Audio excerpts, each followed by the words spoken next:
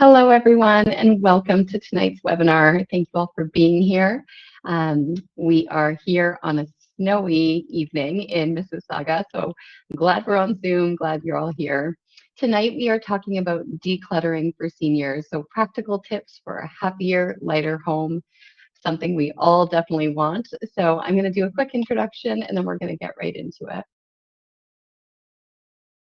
So a couple of notes just to begin. All of your cameras and microphones are off. You don't need to worry about being seen. Just relax and enjoy. There will be an opportunity for you to engage with Hilda and ask any questions to either her or I as we go on in the presentation.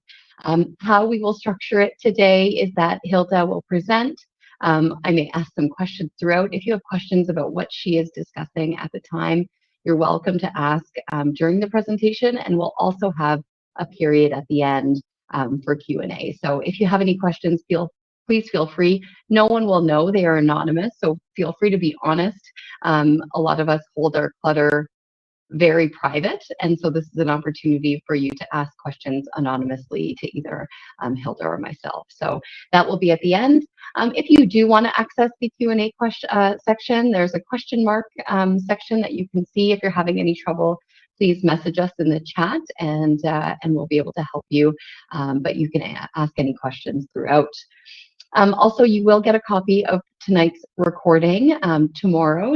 Check out your email, and also any notes, a copy of a guide, and all of that will be in your emails tomorrow, whichever email you use to register, so you can look out for those things. So there, yes, like I said, there is a Q&A button at the bottom of your screen, so please feel free, and we will do that at the end and during the presentation. Before we continue, just wanted to let you know tonight is number 2 out of my right sizing readiness series. Number 3 is coming up on March 20th. If you're on a laptop, you can use your phone to scan the QR code that you can see right now. There is also in the chat, you should be able to see a link shortly, and you can register for that event using that link. What we'll be talking about is, where do I go after I move? And that is a big question people have who have lived in a home for 20, 30, 40 years sometimes, is what's next? And so we'll be talking about the pros and cons of different living situations, whether that be condos, talking about retirement homes, maybe multi-generational living with family. And we'll be talking about all of those things, as well as trying to decide, what is the right move for you. So please feel free to register, and you will see that in your email tomorrow as well. So a little bit about me. I do want to welcome you again. My name is Anuja Pereira. I'm the founder and owner of Seamless Right Sizing. And for those of you who don't know, Seamless Right Sizing is a real estate service specifically designed for seniors to support the process from start to finish, from helping folks decide if right sizing is right for them, all the way to selling, buying, getting your house ready, and finding an appropriate place to live, and making sure clients are organized and settled into those new homes. So happy to talk about that, but really the goal is to take the overwhelm out of the process. I do also have a guide for anyone who's interested, and I'll attach that to tomorrow's email, and that's really about whether or not, helping you decide whether or not right sizing is for you. That brings us to today. So one of the most significant steps of the right sizing process is the most time consuming, the most stressful, the most overwhelming, the most challenging for folks, and that is dealing with all of the stuff. So over time, when we live in a home, we accumulate a lot of items. I know for me, what that looks like is extra clothing, extra kitchen appliances, lots of paper, lots of souvenirs from travel. Those are the things that end up taking space up in my home. And I know some of you might be nodding your head and agreeing with some of those things. I have 6 frying pans that are the same size and have the same function, and I'm certainly guilty of it. So I'll be taking my notes as well. But, this is one of those steps that, I always talk about doing things by choice rather than circumstances. And unfortunately, so often I've had adult children come to me when circumstances have hit. Someone's moved into a home or unfortunately passed, and they are left with the stuff. And I know you are here today because you are proactive, because you want to do these things by choice. And I welcome you and applaud you for that. And so that's why I invited Hilda here today. You might be able to see her face now. Hilda Rogers is a professional organizer. She is going to talk to us about the process of decluttering, talking about how to get started, and how to deal with sentimental items in particular, because as we get older, many of these items aren't just items. They hold on. They are connected to memories, sometimes connected to people who are no longer with us. And so Hilda's going to touch on all of that. She is fantastic. She helps people transform their homes and their lives by helping them deal with their stuff. She is also the newly minted author of a book, Decluttering A to Z, and she will be giving one of those away today. So stay tuned, be here till the end, and one of you will be winning one of those. And so without further ado, Hilda, I'm going to turn it over to you, and there might be some questions coming in, so I will interrupt you potentially, but we'll just get right into it. All right. Thanks, Anuja. Can everybody hear me? Good. Okay. Excellent. Well, thanks for that great introduction. And I'm looking forward to sharing lots of tips tonight and answering questions. It is a very stressful time for a lot of people to have to go through all of their things. And so I want to try and make that less stressful for you and a little bit easier for you and your family. And to hopefully help you be even more proactive in doing that rather than trying to do it at a very stressful time when you actually have to move. So Anuja, do we have an introductory poll? Do you want to do that first, or should I keep talking? Nope, the poll is just coming. So you should all be able to see a poll activated now.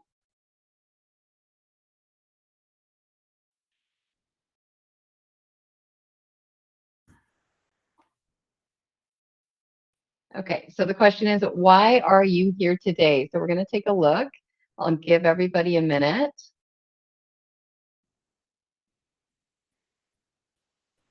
So the questions were all either I know I need to declutter but don't know where to start. I've started the process, or I'm here because I want to support a loved one. So we have half the people here who have started the process and they want to maintain it and continue on with it. So I don't know if everyone can see that, but anyway, I'll let you get a sense of that. There is one person here who's supporting a loved one, so welcome.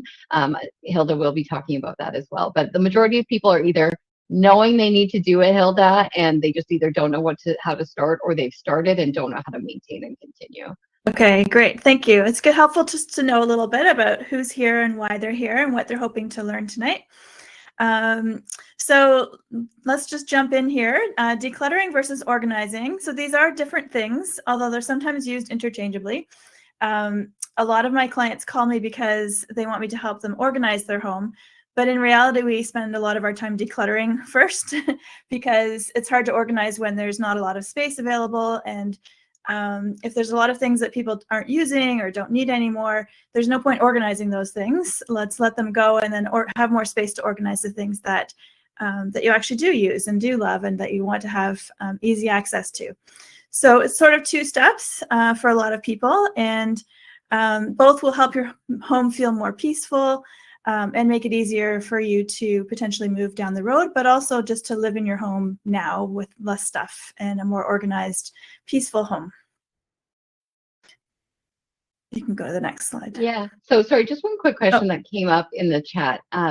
Hilda, there's a lot of these organizers that we see, so I know I bought some specifically for my fridge because I think it'll make me have a beautiful fridge. I have all these plastic containers and they actually end up taking up more space. So my question is, the question and what this person is asking, and I'm going to add to it, is should we be buying those things, or is it better to really focus on decluttering first? Or are there some items that every house needs if they want to be decluttered and organized?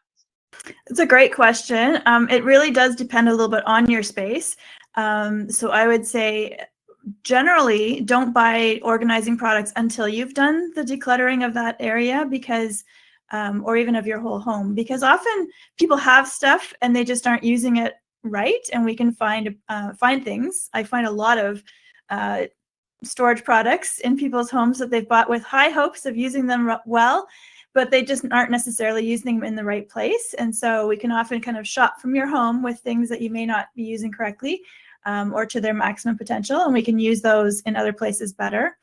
But also, you don't want to just find containers to put all your stuff in if you're not actually using those things. So finding the right containers and storage products, organizing products for the space that you have and the amount of belongings that you have is better.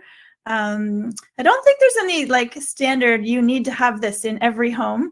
It really depends on your lifestyle, on your space, on your belongings, how many people are in the house. There's a lot of variables. So don't just go out and buy things.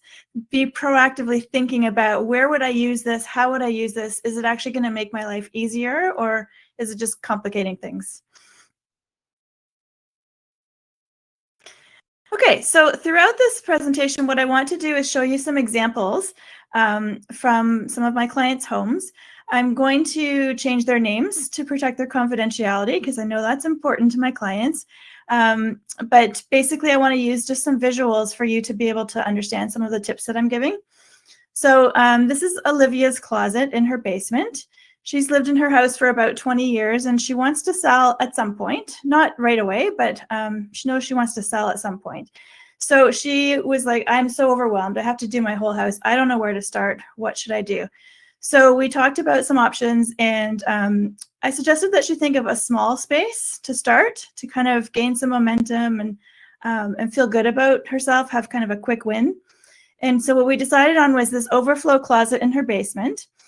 She stored like a lot of off-season clothes here, extra like Costco stuff, paper towels and things like that, a lot of shoes, but there was also like paint cans. There was a lot of sentimental things mixed in here. There was just a lot of stuff, and she couldn't reach most of it because it was accumulating on the floor. And so we started here. We took everything out. We went through it. She decluttered a lot of things. We relocated a few things to other places that made more sense for them. And then we organized it. And so you can see in the picture on the right that things are no longer on the floor, other than against the walls or under the shelves. And we've kind of created zones. There's still the paint cans on the left and some other utility items. All the shoes and clothing are pretty much on the back wall. And then on the right wall, we have different shelves for different purposes. And this was just a nice, simple decluttering and organizing project. And it gave her some confidence that she could tackle other places in her home that were maybe a little bit larger or more cluttered. And it was just a really good starting point. I'm going to talk about starting points in a minute, but this is just an example of like decluttering and organizing together, figuring out where the best place to go that's going to give you some solid momentum to move forward. So why do we want to declutter? There's lots of reasons for this. I think, do we have a poll about this too, Anuja? Let's do that, and then I can talk about the results. Right, so we'll give everyone a minute. The question is, what do you think you will gain by getting rid of some of the clutter in your home?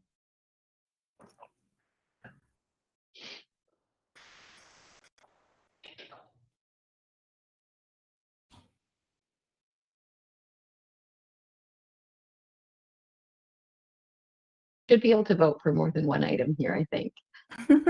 I would probably vote for all four.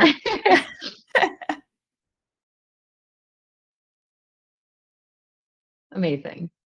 So, a lot of people, I don't know if everyone can see this, I will feel lighter and more at peace, right? That's one of the biggest things that people are saying is the goal, right? To declutter. I will be able to focus better. Third one being around, I'll be happier when I invite friends over. And lastly, I'll sleep better.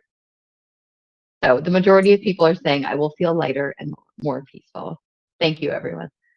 Thank you. Those are great, great motivations for decluttering. I think it's really important when you're starting to declutter, or more importantly, when you're in the middle of decluttering and you're getting frustrated and discouraged, it's really good to think about your motivation. Why do you want to do this? What are you hoping to gain out of this endeavor? Because it can get tiring, it can get overwhelming. And so if you can think about why, then it makes it a little bit easier to keep reminding yourself of that. So here's a few reasons on the screen here. Internally, it's good for you to have a home that's easier to take care of. It can save you time if you don't have to clean up so much. It can save you money if you don't have to keep rebuying things because you can't find the one that you normally use. Safety is a really big one, I find, with seniors especially, as you maybe need to start using some mobility aids, maybe a walker or a cane. You can't have too much stuff on your floor because you need space to maneuver around. So decluttering is very important then.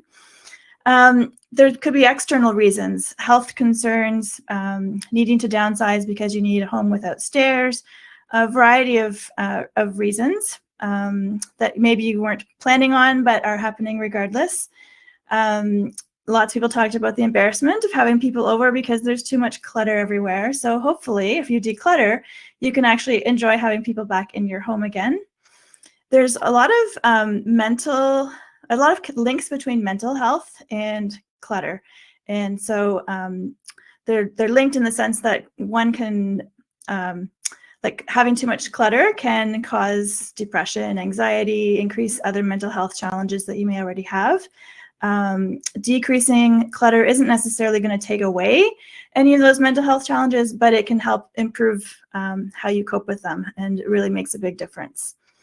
And then family, if you don't want to burden your children with all of your stuff, if something happens to you, it's good to do some decluttering ahead of time. There's actually a thing called Swedish death cleaning. I don't know if you've heard of this. It's a little bit of a trend that is going around where it's a book you can get on Amazon called The Gentle Art of Swedish Death Cleaning, where basically it's going through all your stuff so that other people don't have to, and just really kind of coming to terms with what you have and what you need and where other things can go, and just having conversations about difficult things. Yeah, so check out that book if that interests you. So here's another example. This is a craft room, and Jennifer had previously enjoyed doing a variety of crafts. She actually bought this beautiful home because of this craft room. She was super excited about having this space to be able to do a lot of different crafts as hobbies. But she had a lot of supplies, a lot of materials, a lot of, oh, I can use this for something items. And the room had just become a dumping ground for all of those things, plus crafts that are in progress, other projects, things from other parts of the house that didn't really have a place to go. They all landed here in the craft room.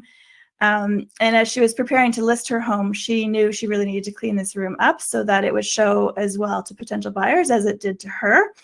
So we talked about the different crafts that she enjoyed doing. We talked about what would she be doing in her next home? What would she have space for?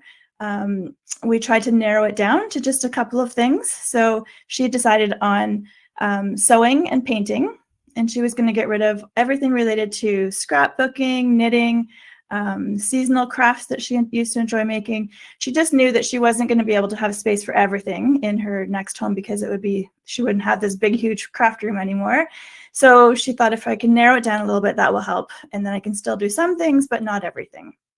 So we did all the decluttering and made room for everything in the closets, the cabinets there, and in the drawers and on the shelves. And so the result was this beautiful room that shows super well when her house was on the market, and it helped sell her house quickly. So that was amazing.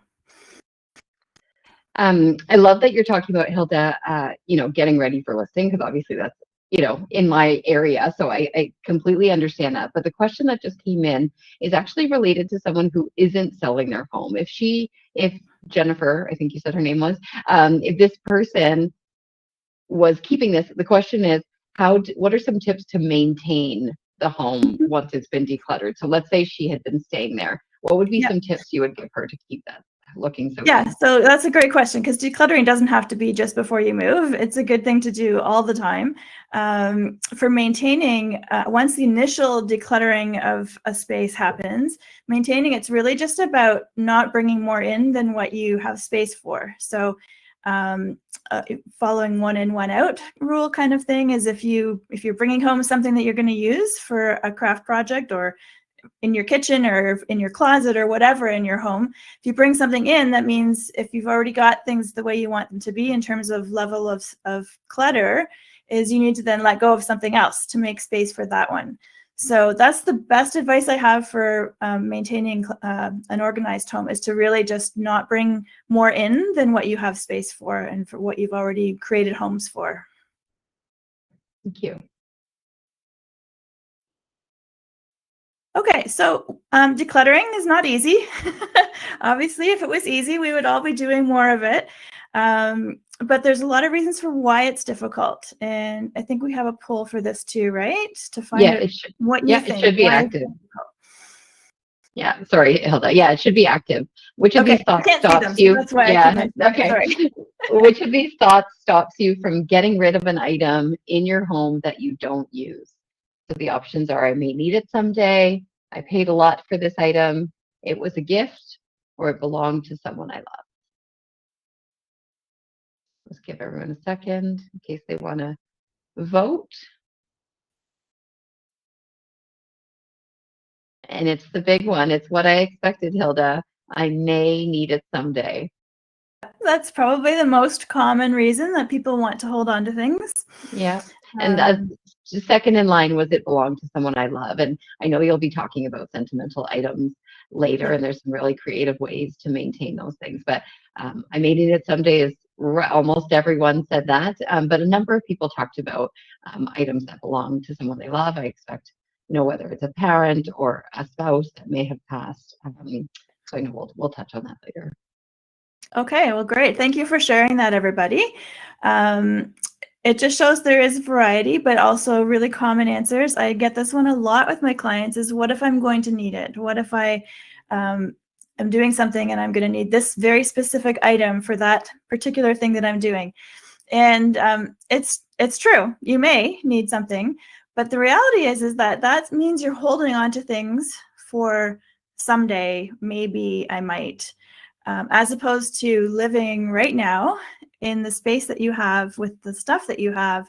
And if your home is feeling cluttered and stressful, then holding on to a lot of I might need it someday things is actually impacting how I'm going to live right now. What's my life going to look like today? And so it's a balance, but I try to encourage people to figure out, is there another way that I could use something similar? Do I need 6 different size fry pans, or could I manage to make do with 2 or 3? Do I need, this specific, I don't know, type of gadget of some sort, or could I make do with something else? Do I need a special peeler, or could I use a knife? Those kind of things. Those are kitchen examples, but a lot of I might need it someday things is either kitchen examples or clothing. Sometimes, I might need to go to this special occasion and I don't want to wear the same thing that I wore 6 other times. And so I need a variety. And so I think it's just about being honest with yourself. Could I make do with something else? Could I borrow something instead if I did actually need it? Could I, go to a thrift store and find that thing without having to hold on to it in my home all the time, where it's impacting my daily living now? Because in reality, those maybe I might need it someday items, you probably will only need maybe 1 or 2 of those in the rest of your life, but you might be holding on to 100 of those things, and it's impacting your life now. So it's trying to find the balance and figure out which things you can still let go of and make do without, and figure out alternative solutions if you did need them at some point in time. It's as you're talking, sorry, Hilda, as you were talking, I was thinking about being in an Airbnb. And I don't know if anyone who's listening right now has ever been in an Airbnb. They often have, or like at a cottage or at a, somewhere, or in another country. And I haven't had all the kitchen tools. I don't have a peeler. I don't have this. And I may do, right? I may do with 1 pot or 1 pan, or, like if there's ways around it. And as you were talking, I was like, I know I have too much in my kitchen. My husband is nodding his head right now. But it's a good reminder. And that was a really good example of, you figure out a new solution, right? You use a bowl or whatever, right? So I think I think those are great. What keeps us comfortable, and what are we keeping just in case? So yeah, exactly. So let's go to the next slide. This is an example of a storage unit. This client, Sandra, she had stored items from her mother's home when her mother passed away and they had to sell her home. A lot of things happened in a very short period of time, and there wasn't a lot of time to make decisions on everything. So she took a lot of things to her own home, but she ran out of space. So she said, okay, everything else just goes to a storage unit. I'll deal with it later. Well, it turned out later got later and later and later and later, and it was 3 years later. She'd been paying for storage. This wasn't even very full, this unit. I've seen some that are, stacked floor to ceiling, front to back. You can't move in there. So this was not a lot of items in the storage unit, but she'd been paying thousands of dollars over those 3 years to store these items from her mother's home. And finally, she's like, okay, enough is enough. I'm ready to deal with this. Let's do it. So we went in and we pulled everything out. And as it turned out, a lot of it was actually like garbage, recycling, things that she was never going to use, not even things that were particularly special because she had pulled a lot of those things out initially. It was just a lot of the stuff that she didn't have time to deal with. So we donated a lot of things from here, and she took home a few treasures that she found that she actually had space for in her own home and was happy to have looked through this stuff. But now she'd saved herself thousands of dollars in storage fees moving forward, and she was really grateful to do that. So even sentimental items aren't necessarily as sentimental as you think that they are. She was dreading going through this stuff, and in the end, it was a pretty simple decision-making process when she finally tackled it. Hilda, sorry, a question just came in regarding storage, and they were asking if storage is ever a good solution for decluttering a home and what the cost is. So storage is not cheap. It's a vastly growing industry around the world, but especially in North America. So I highly recommend not using storage if you can get away with it. The one time when I think it's helpful is when you are moving. And so if you're listing your home and you need to have it, there's things you want to keep, but you don't need those while your home is on the market. That's a good time to rent a storage unit for a few months while your home is on the market. And then when you move into your new place, you take those items to your new home, and you've just had them out of your home while it was for sale. So things like seasonal items that you don't need all year, but you do need them when you get to your new home in the next season, but you don't need those in your home while it's on the market. Some of your decor and personal items. That's really the only time that I recommend storage units because they are very, very costly. There's different sizes though, so if you do have to use one, the smaller, the better. Great question. Okay, so this takes us to making a plan. Now, the thought of moving, downsizing, right-sizing, decluttering a whole house is extremely overwhelming, and that's very understandable. So it's really important to try to break it down into smaller parts.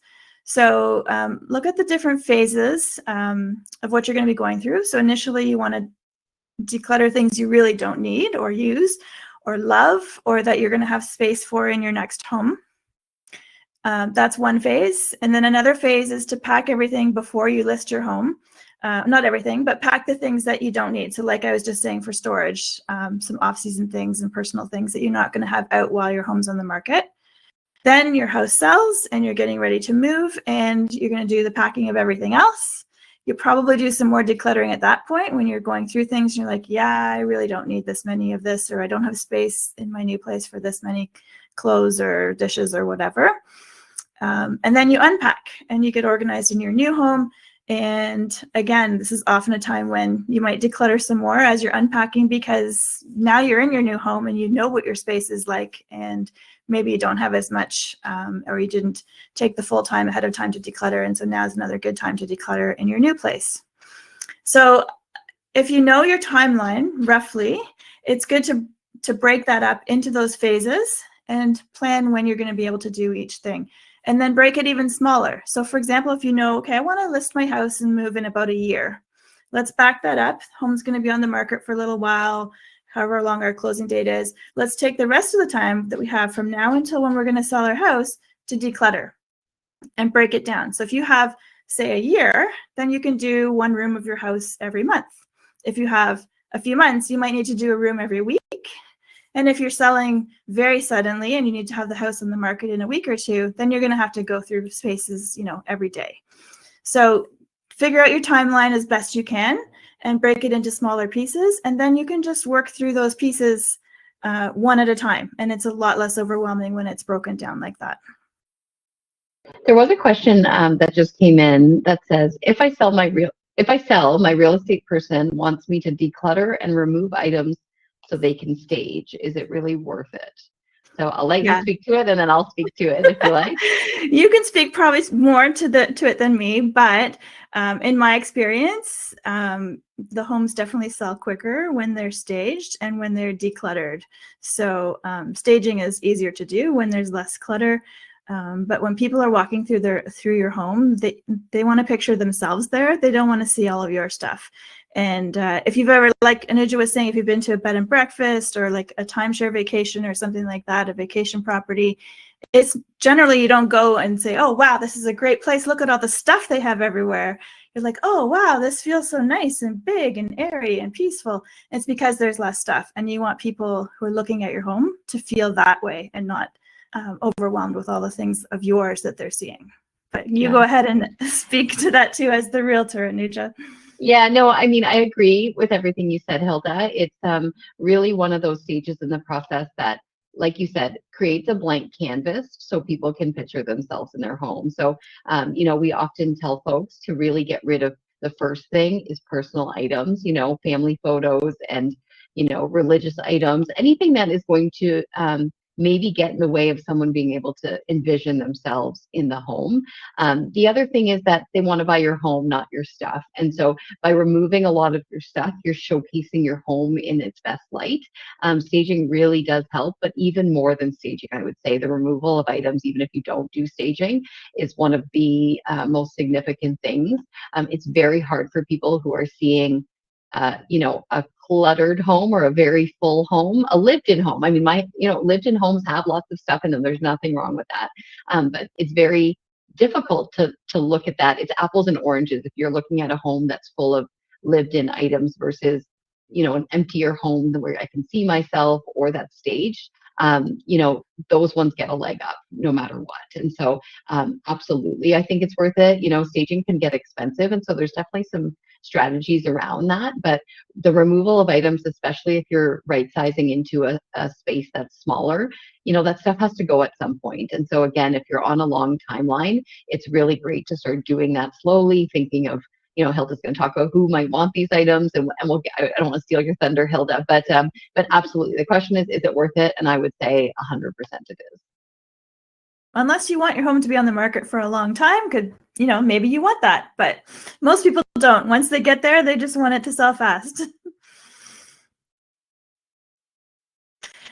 Okay, so I mentioned looking at your timeline, and I would say as much as possible, allow yourself time to declutter. The more time you have, the less stressful the process is going to be. So this is an example of a client. Her name was Emma.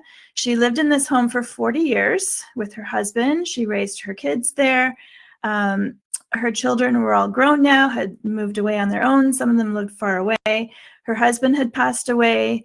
And she was just left with this house full of stuff. Most of it was her husband's and her grown kids. Very little of it was hers. So this was her basement, just part of it actually. And it was, as you can see, full of stuff. She dreaded going to her basement. She actually had a fear of going down the stairs because it just overwhelmed her so much. It would cause her anxiety. And she actually had some leaks in her basement, and they couldn't even really do the repairs because there was too much stuff in the way. So she called and said, Hilda, what can I do? And so my team and I worked with her. We actually decluttered with her whole house over time. She had a long time. She had over a year from when we started to when we finished with her. And we would go about once a month for a whole day with several of us, and we would declutter different places in her home. And this was the result. She let go of about 90 to 95% of the items in her home, not even just in this basement, but in her home. She was so ready to let go. And so everything went to charity. junk removal for some of the water damaged things and stuff like that. But the end result was she was no longer afraid of her basement. She was happy to go down there. She was able to fix all the things that were leaking and wrong. Everything. She just felt so much lighter, and her health actually improved because the air quality of her home improved by getting rid of all of the stuff. She had less dust. She had less of the mold and mildew from the basement. She felt so much better, so much lighter, and it was just so rewarding to have been part of this journey with her, because it really was for her a journey over the course of a year. She found some treasures mixed in with all this stuff, a few things that each of her kids wanted, so she shipped it off to them. A few things of her husband's that were very sentimental and precious to her that she kept. But most of it, she's like, this is not me anymore. This is not my life anymore. I want to live for who I am now, and I'm going to let go of all this stuff and pass it on to other people. And it was just amazing. Yeah, that's a great example. Like, the visual is so clear to me, and the story makes, resonates with my experience with folks too. There was a question that came in saying your mention of a plan when you have a very specific timeline was very helpful. You seem to break it down into steps. Can you share this timeline? So for anyone listening who is interested, I'll attach that to the email tomorrow, so you can look out for that. We'll show the breakdown of the different stages, and obviously there are stages within stages. So I'll include that tomorrow. A question I have, Hilda, and I think it sort of speaks to what you just described in this woman's home, is she got really revved up and was like ready to get rid of her stuff. So I get in the mood sometimes with my garbage bag, and I walk around the house, and I am ruthless. I am ruthless about if there's an inkling that it's not needed, I'm ready to get rid of it. But that mood only strikes me sometimes, right? The rest of the time I get those like fears of, what if I need it, or am I going to regret getting rid of this? So how do I get in that mood to, what can I do? Is there something I could listen to? Is there something, like, should I be looking? Like, this visual is inspiring me to go home and get my garbage bag out. But are there other things that you would suggest that help people get to the place where this woman was, where she could, again, just be more ruthless through the process? I think that's different for each person, but a lot of people find music helpful. Put on something, a favorite song, a favorite playlist, something upbeat so that you are energized and not getting tired as you go as much. But whatever is something that motivates you, I say just keep reminding yourself of what your motivation is. How do I want to feel in my home after I go through this process? If you're decluttering your living room, how do I want to feel when I'm just sitting here relaxing in the evening?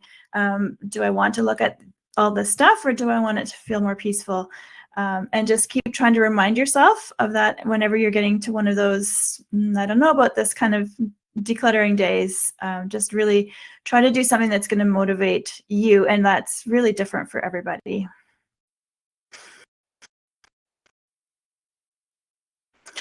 Okay, so where do I start? This is the number one question that I get asked.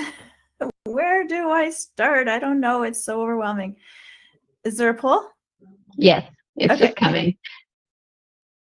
So the question says, which area or room would be the easiest for you to make a start? So the options are tearing down your clothing in your closet, 2, kitchen dining room, 3, a storage room, basement, or the attic, or guest rooms, or family room, living room. So if you check in the polls, which one for you, it's different for everyone, would be the easy, which feels the least overwhelming, or like where you could just get going?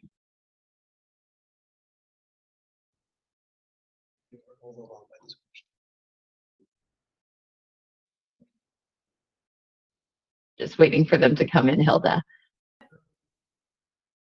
Thank you for everyone voting.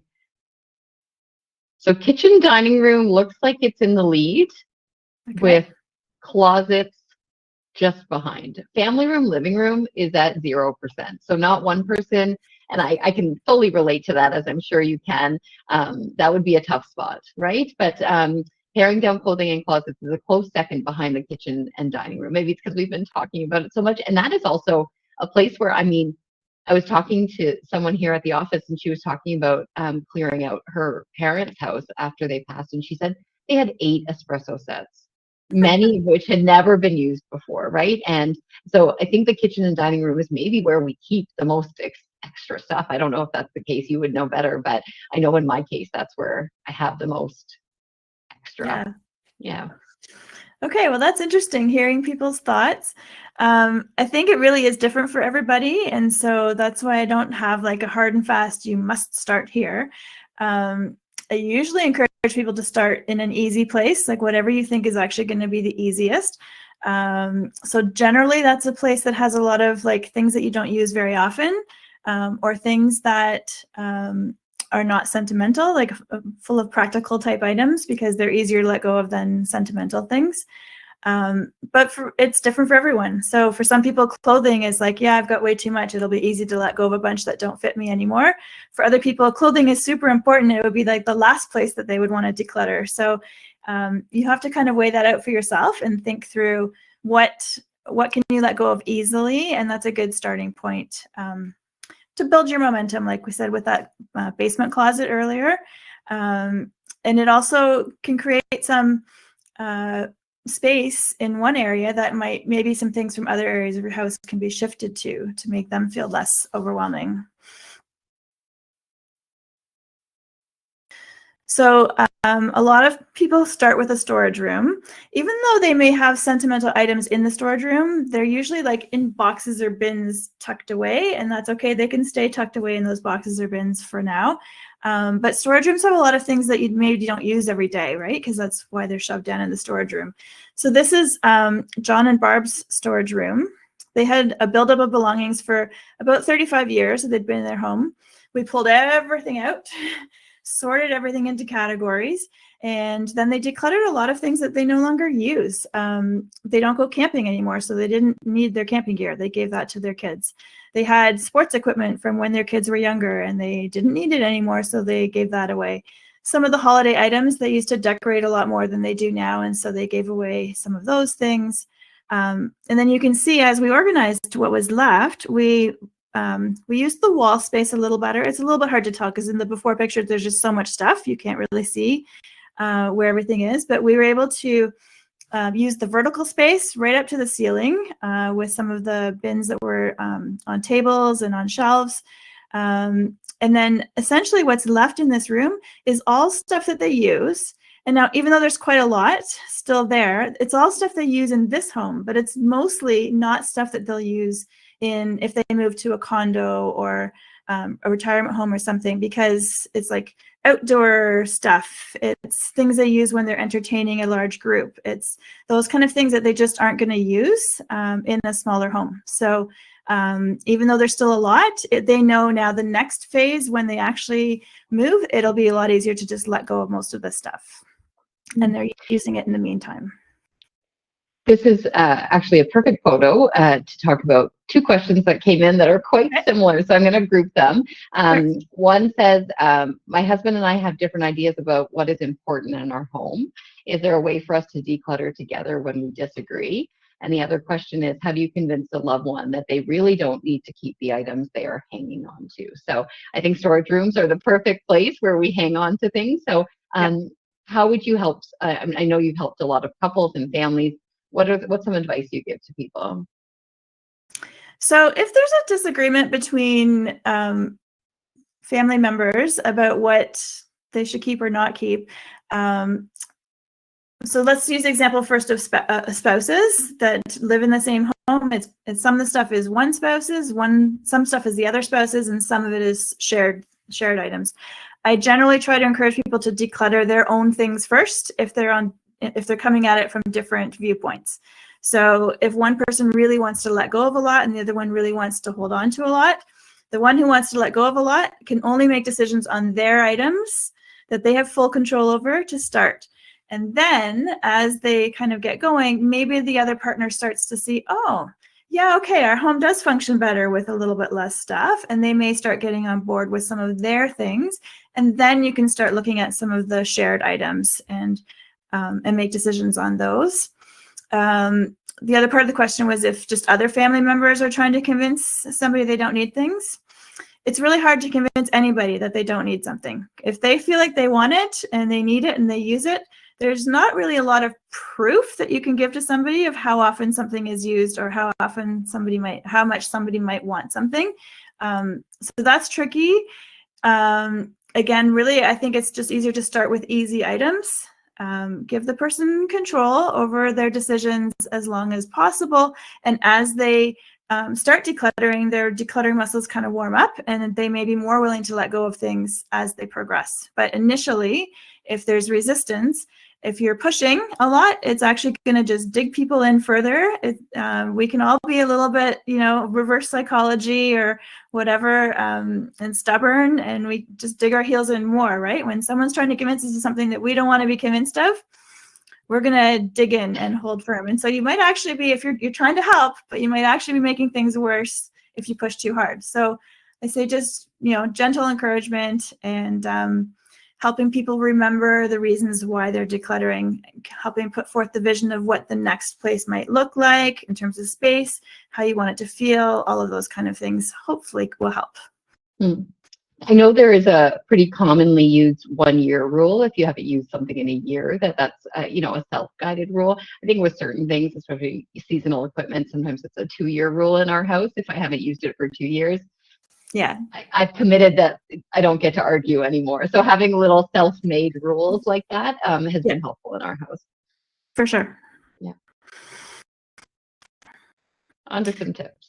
Okay, so let's jump into some tips. We're running long here already, and there's lots of great questions, so I'm happy to keep answering them, but I want to get through the content too. I've mentioned already, start small. Start with just a small area, a small space that you can, build up your decluttering decision-making muscles on. Beginning with easy items, I've mentioned. Being realistic is like what you said, Anija. How long has it been since I've used this? And realistically, how will it be different when I move, if I'm decluttering for the purpose of moving? What else could I use instead? Am I going to be entertaining the same way? Probably not. So I can probably let go of some of the entertaining items, those kind of things. Staying focused is really important. Sometimes what happens is we're decluttering something from one space and we think, oh, this belongs somewhere else, so let me go put it there. And then I get distracted by something there and I move to a different part of my house and then back again. And you end up not feeling that you've done anything, but you're tired from doing so much. So I always say have a relocate box where you're working. And then later when you're finished in the space you are working, you can deal with the items that belong somewhere else in your house. And maybe that's another day or two later if you're tired from what you've done the first day. But stay as focused as you can in one place so you can actually see results. Group like items together.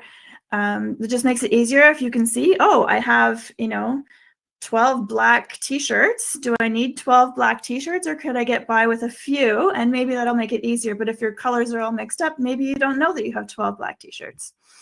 Being consistent, this is one I really encourage you to try to do. Even if you don't have, even if you have a lot to do, if you start small and you do a little bit all the time, every day, every week, it all adds up over time. So doing small, consistent decluttering can make a big difference in the long term. And then have patience. Your clutter didn't build up in your home, overnight. So you're not going to get rid of it all overnight. There's no magic wand like some of the TV shows. It's a lot of hard work. It's a lot of decisions. And so you're going to struggle. You're going to be tired from the decisions. So be good to yourself. Be patient. And if you're working with family members, help them to be patient and celebrate little successes that you have along the way. If you finish a whole room and it feels so much better, say, wow, look what I did, and celebrate that, and then maintain that so that you don't have to go back and declutter it again later. And I'm going to send some tips out tomorrow in that email with Anuja as well.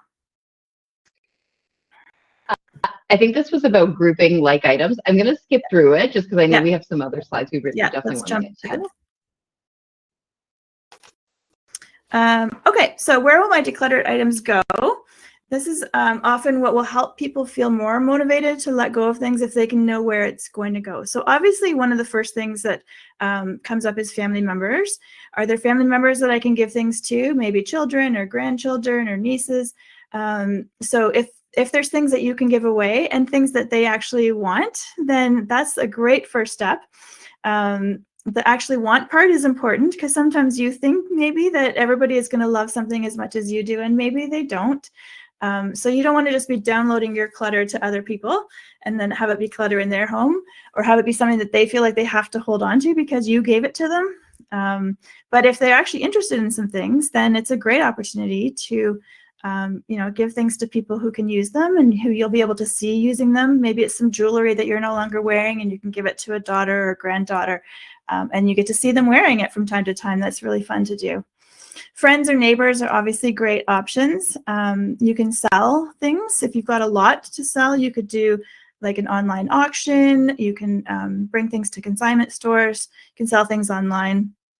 If you're involved with different churches or you volunteer at a shelter or a thrift store, there's lots of options of places that you can donate things.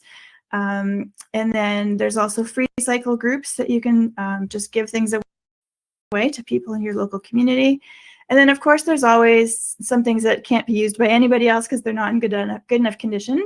So you can just give things to the garbage, recycling. There's places you can take shredding. I don't know if everybody's aware, but there's textile recycling. So things that like lost socks or torn t-shirts or things like that could go to textile recycling. And then like e-cycling, if you've got electronics you don't need, hazardous waste, you can bring all these things to the dump and they can be dealt with and you don't have to have them in your home any longer.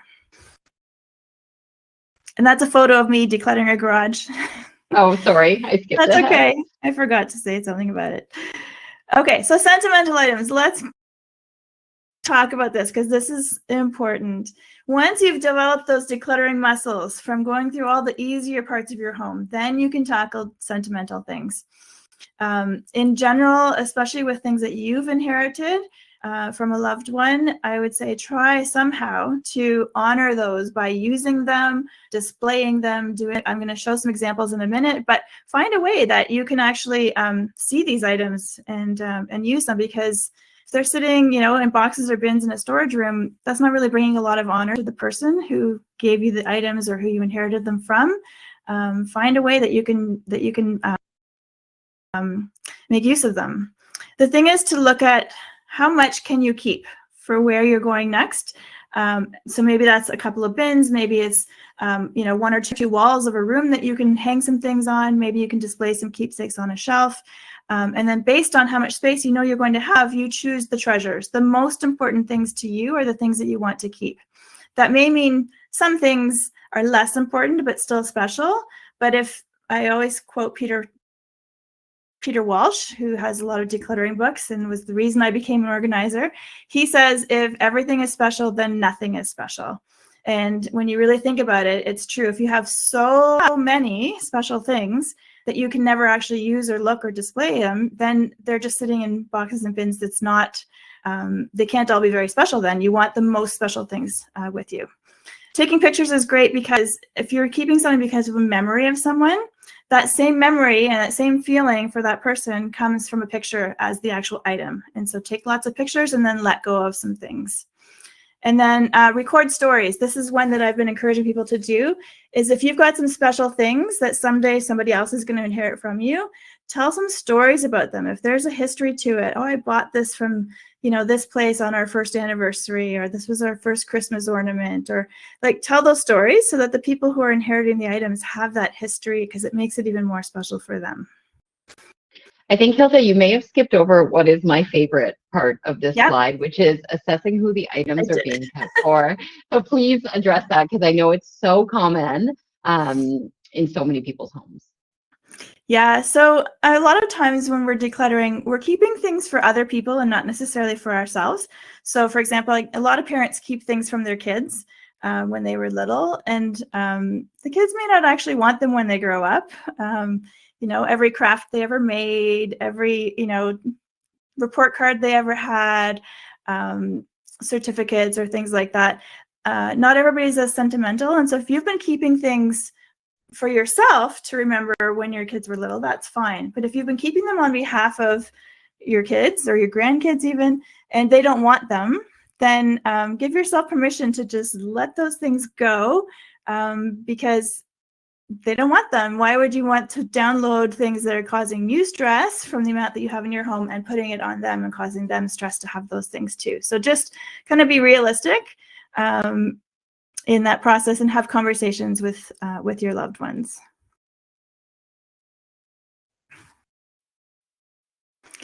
Okay, so these are some examples of some things you can do to display some sentimental things. So instead of having a box full of like tickets from special concerts that you went to, or even cards or letters from special people, you can put them in a shadow box on a wall, and then you can walk by it every day and remember those people or those events. The picture on the right there is somebody in my decluttering group. She had some.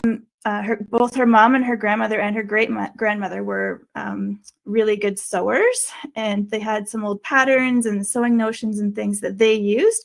She did not sew herself, but she put these things all into a frame and hung it in a place where she could fondly remember those people, and it inspired her to do other things that she loved to do.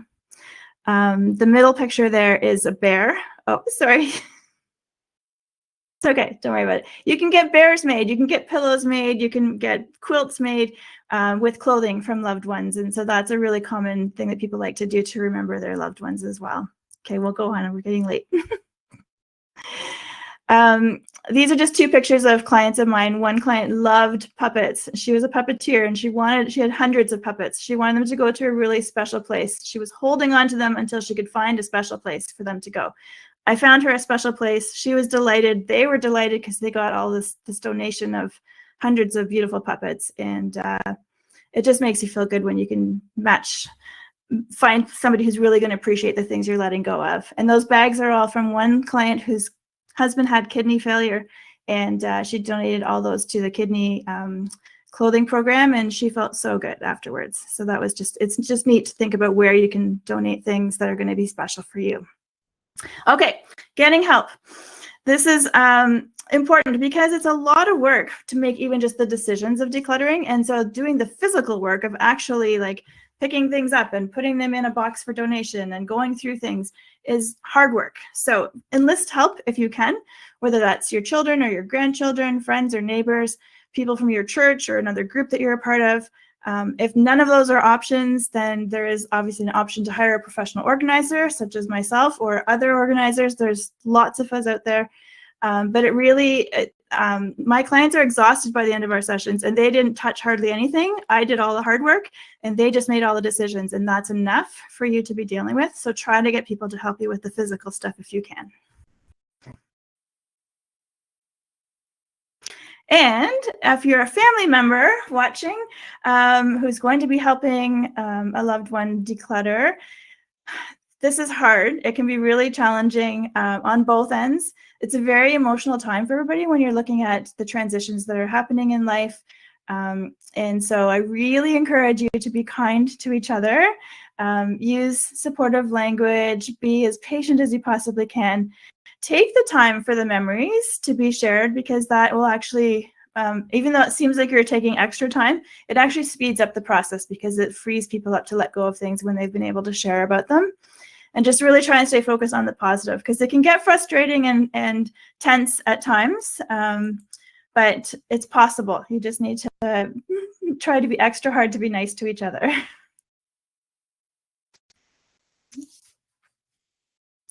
Okay, and this is the end of all the content. We have had a lot of questions, but I do want to let you know that if you want to, and there'll be information in the email tomorrow, but if you would like a free assessment, have me come in your home, I'm happy to do that for you. Usually I charge for that, but there's no charge for if you're part of this webinar today or registered for it and watching the recording. We can talk, and I can see how I can help you, or we can just create a plan that you can do yourself with your family.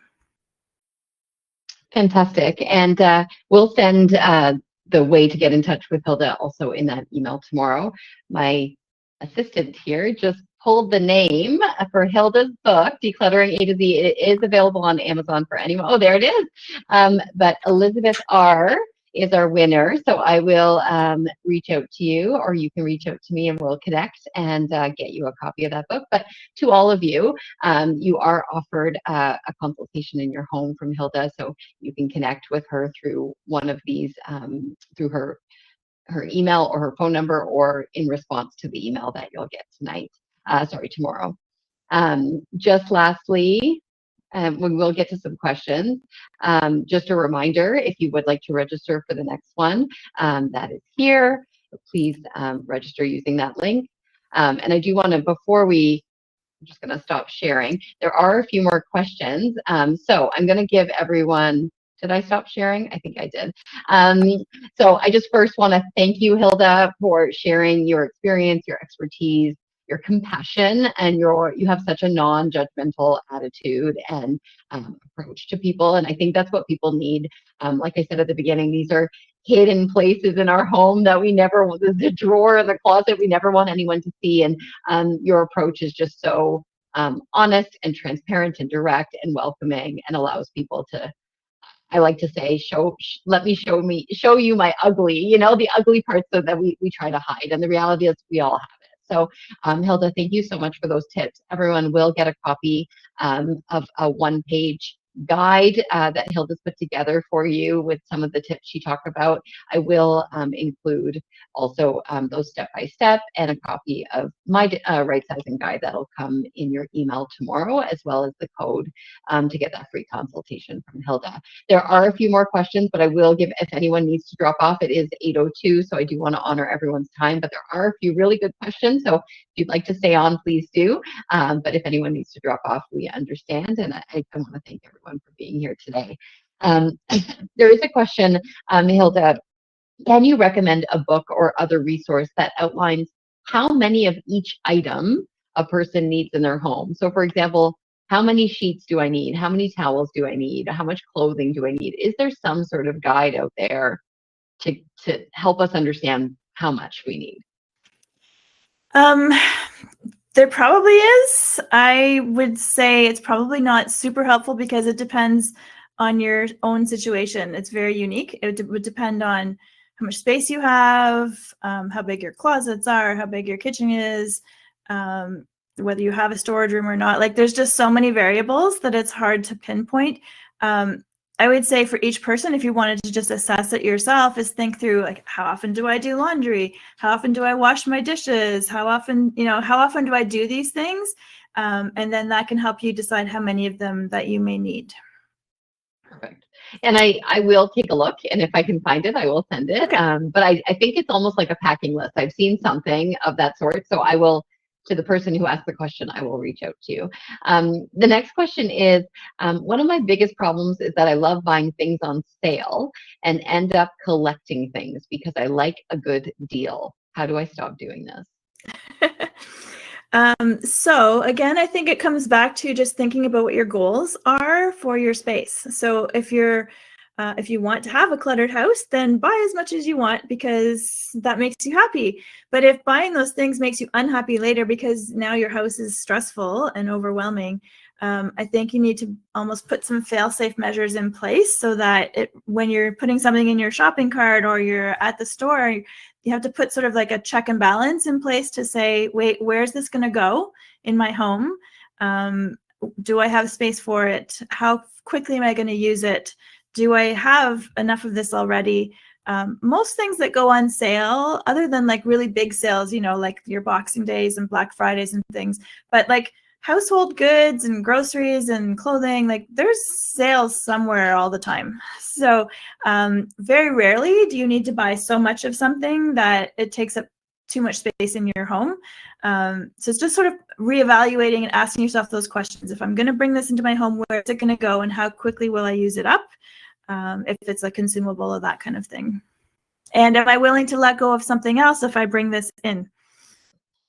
That's usually the kicker for me, is am I willing to, like, the one in, one out rule is, yeah. I'm very guilty. I love a deal. And so it's one of the hardest things for me. And I've also started to look at it not as saving money, but spending money, right? Especially when things expire in my pantry. So that's a big one. That's a big one for me. One of the questions says, when is the best time of year to start decluttering? Anytime, I guess. I don't know that there's any specific good time. Some people are motivated to do it in January. It's the beginning of a new year, and I'm going to start this year off being more organized. Spring cleaning, like those kind of things come up. But I think anytime, honestly, is good to start, and just start and see how it goes. And if you do have a goal in mind, a timeline of when you may be moving, then definitely back up up from there, like I said, and try to map out how you can get from where you are to where you need to be in the amount of time that you have. But if you don't have a timeline, I think just any time, get started and see what you can do. I actually have a decluttering group that's called 365 items in 365 days. And the goal is everybody declutters one item every day, and it all adds up. So I don't think there's a season or whatever. It's just do what you can when you can. Perfect. Next question is, besides sentimental items, what are some of the hardest things that you find people like struggle with decluttering? Again, it varies for people. Some people it's shoes, like having lots of different shoes to wear with different outfits. Other people that really love to cook, it's all the kitchen things. Decor is another one. A lot of people have like decor that they use, like they rotate their decorations throughout the year. And so it's hard to let go of some of those. But maybe they're not using them as much because it's a lot of effort to go through all of that changing with the seasons or whatever. So sometimes that's hard to let go of. But definitely, I mean, obviously sentimental photos, cards, letters, inherited things, those are the most difficult for sure. And our last question is about the process. So when you are I'm just going to paraphrase how it's written, but when you're decluttering, I noticed in one of the pictures you had like donate, keep, garbage type thing, recycle, like you had. Is that the one method that you use to declutter, or is there like a maybe I'm keeping it, I must keep it? Like how should people set up that day or that time when they're in the phase of, ridding their house of stuff? Yeah, I think it does help to have different categories. So keep is obviously a big category, and within that, maybe you want to group things, but that's up to you depending on your space. Donate is a big one. So if you're going to be giving things to a thrift store or church bazaar or whatever, if you're donating things, then having some boxes for that is great. Garbage, recycling, that kind of thing. Giveaway box is often good if you have some specific people that you want to give things to. You borrowed this from somebody, it needs to go back to them, or you're going to see somebody and you know that they want this thing. You put it in a giveaway box so that you keep that near the door, and when you see those people, you remember to give them those things. What are the other ones? Sell would be another thing. If you come across some items that you want to spend some time selling, put those in a different box. I mentioned the relocate box. That's an important one. Keep that near the door of whatever room you're working in, and keep tossing things in there that you're tempted to take away now, but put them away later so that you can stay focused in the space you're in. So yeah, I usually set up a bunch of boxes or bags as we're working. Sometimes those are out in the hall. If the room is too crowded to set up a bunch of different boxes and bags, just put them in the hall right outside the door and tuck things in as you come across them. And then try to, if you have donations and give away things, bring them away as fast as possible so that they don't stay in your house taking up space. If you've made the decision, let it go and get it out so that it's out of your house right away. And you don't change your mind. That's the important thing, right? Actually, maybe I'll keep that thing. Yeah. Hilda, thank you so much. This has been super helpful. Oh, do we have a last question? Yeah, so, so helpful. Comments are coming in that this has been really helpful for people.